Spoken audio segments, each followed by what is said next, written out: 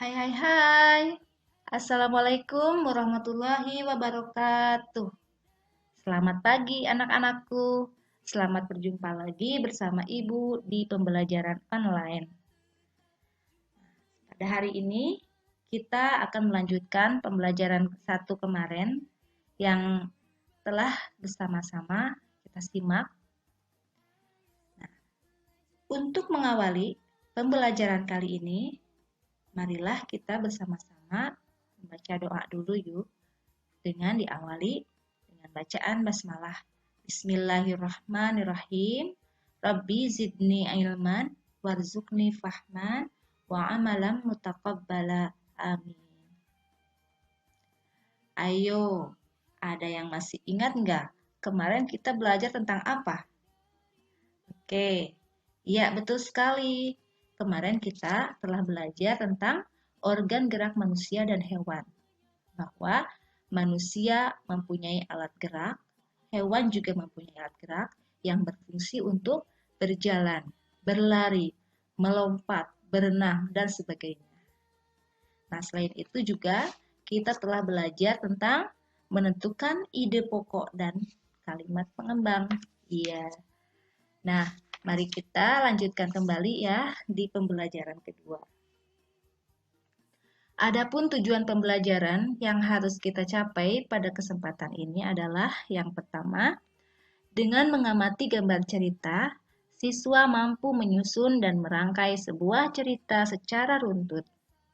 Yang kedua, dengan menceritakan sebuah gambar, siswa mampu mengolah informasi dan data menjadi sebuah cerita secara tepat. Yang ketiga, dengan mengamati gambar, siswa mampu menyebutkan organ gerak hewan beserta fungsinya secara tepat. Yang keempat, dengan membaca teks, siswa mampu mengidentifikasi gerak ikan di air secara tanggung jawab. Nah, itulah tujuan pembelajaran yang ingin kita capai pada hari ini. Nah, baiklah, sekarang kita buka bersama bukunya di halaman 8. Di sini ada sebuah gambar. Di sini ada Edo yang sedang mengamati kelinci-kelinci yang sedang bergerak ke sana kemari, melompat ke sana kemari. Kita lihat di bawahnya ada sebuah cerita. Ceritanya begini. Edo semakin menyukai kelinci. Selain bulunya lebat, gerakannya juga lincah. Sayur kesukaan Edo juga sama dengan makanan kelinci, yaitu wortel. Nah, gambar yang di bawahnya ada cerita itu disebut sebagai gambar cerita.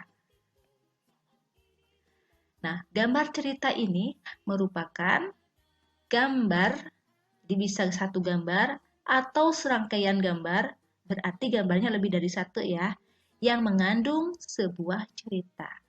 Jadi, seperti contoh gambar di samping, di situ ada gambarnya dan ada ceritanya di bawahnya. Nah, salah satu contoh dari gambar cerita adalah gambar ilustrasi. Gambar ilustrasi merupakan gambar yang mengandung isi sebuah bacaan atau teks. Gambar ilustrasi dibedakan menjadi dua macam, yakni gambar yang berupa foto dan gambar tangan. Penggunaan gambar ilustrasi disesuaikan dengan kebutuhan dan isi bacaan atau teks. Adapun ragam gambar ilustrasi antara lain dapat berupa cergam atau cerita bergambar, dapat berupa komik, pamflet, cover, kartun, dan karikatur.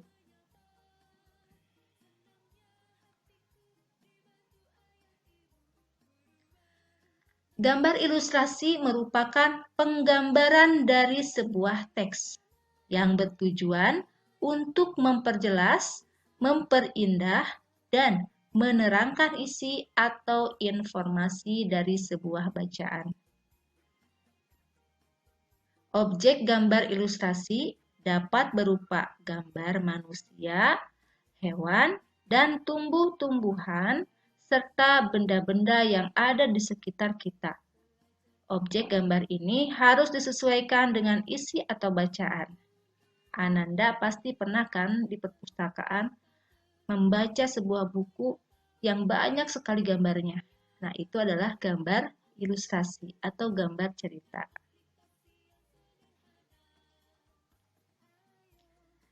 Nah, coba sekarang kita lihat di halaman 9.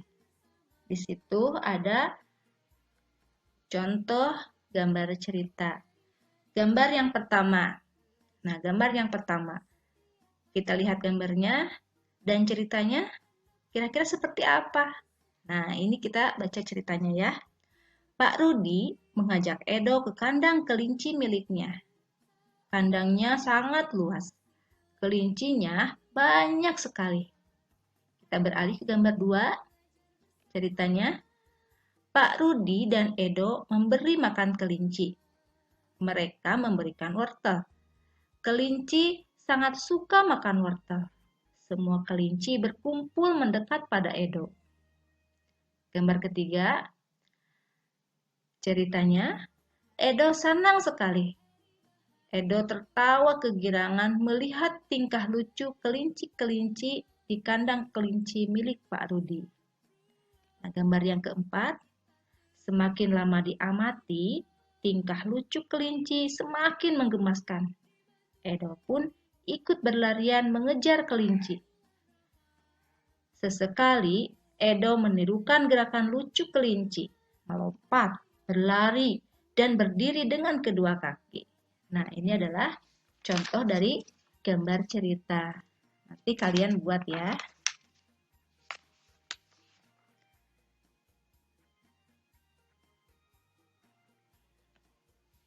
Nah, di dalam membuat sebuah gambar cerita atau gambar yang salah satunya adalah gambar ilustrasi, ada beberapa langkah yang harus dilakukan ya, yang harus dilalui. Yang pertama adalah membuat gagasan dulu. Tentukan dulu apa gagasannya, adegan apa yang akan digambar. Tokohnya mau siapa? Mau tokoh apa? Mau tokoh hewan atau tokoh manusia? Suasananya mau di mana? Misalnya suasana hutan atau suasana pantai. Nah, serta medianya, kita mau menggambarnya di mana? Di kertas atau apa? Bisa di kain, bisa di kertas kan?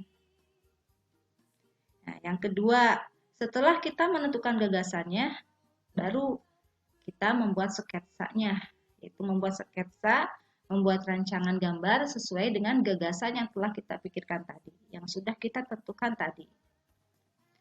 Yang ketiga baru pewarnaan. Silahkan pilih warna yang sesuai, mau sesuai aslinya atau sesuai imajinasi sendiri. Tapi tetap harus disesuaikan juga. Seperti kalau kita mau menggambar laut, berarti kan warna laut biru, ya, seperti itu. Nah, di dalam menggambar, kita mengenal adanya media gambar. Media itu berarti media alas gambar. Jadi kita akan menggambarnya, media alasnya mau apa? Mau di kanvas, mau di kain, mau di kertas, mau di kaca, atau bahkan mau di komputer. Yang kedua, media pewarna. Nah, media pewarna ini bisa berupa pensil warna atau dengan menggunakan cat air. Nah, sekarang mari silahkan dicoba ya, ceritakan gambar. Nah, kalian coba menceritakan gambar, membuat di halaman 12. Untuk dapat menceritakan apa yang terkandung di dalam gambar, diperlukan ketelitian dalam mengamati gambar. Selain itu, juga diperlukan kemampuan dalam berbahasa, baik lisan maupun tulis. Nah, sekarang nanti ya, setelah selesai pembelajaran ini, kalian coba merangkai gambar cerita dari gambar ilustrasi yang sudah terpampang ini. Kalau di buku ada di halaman 12. Kita lanjut ke nama organ gerak hewan. Nah, kalian kan masih ingat bahwa kelinci itu bergerak, melompat, berlari karena memiliki organ gerak. Dan nama organ gerak pada kelinci adalah kaki. Iya, betul sekali. Jadi, kelinci mempunyai kaki. Dan fungsi utama kaki pada kelinci adalah untuk bergerak. Kelinci bergerak dengan meloncat menggunakan kaki. Kaki belakang kelinci lebih kuat dan panjang dibandingkan dengan kaki depannya. Nah, yang kedua ada ikan. Ikan bergerak dengan ekor dan sirip.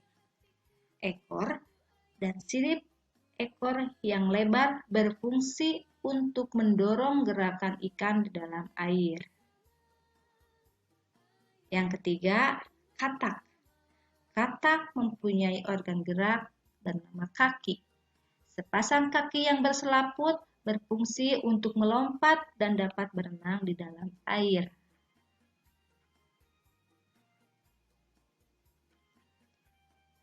Selanjutnya, burung. Burung memiliki sayap. Sayap berfungsi sebagai alat agar burung bisa terbang di udara. Selanjutnya, ular. Ular bergerak menggunakan perut. Perut berfungsi sebagai alat untuk bergerak ke sana kemari ya. Yang ketiga, kadal. Kadal bergerak dengan menggunakan kaki dan perutnya. Nah, itulah nama-nama organ gerak hewan. Nanti kalian bisa di rumah cari beberapa hewan dan ditulis apa nama organ geraknya.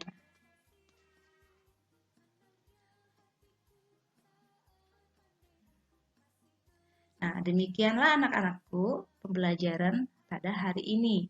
Mudah-mudahan kalian bisa mengerti ya bahwa dalam membuat sebuah gambar cerita harus disesuaikan antara gambar dengan ceritanya. Yang salah satunya adalah gambar ilustrasi.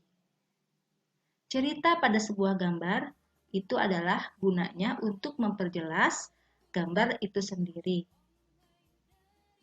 Nah, selanjutnya bahwa setiap hewan memiliki nama organ gerak masing-masing. Ada yang menggunakan kaki, ada yang menggunakan sayap, ada yang menggunakan perut, bahkan ada yang menggunakan sirip. Nah, itu adalah kesimpulan dari pembelajaran kita kali ini. Apabila masih ada yang ingin ditanyakan, silakan ditanyakan melalui WhatsApp group. Demikianlah yang dapat Ibu sampaikan. Alhamdulillahirrabbilalamin. Wassalamualaikum warahmatullahi wabarakatuh.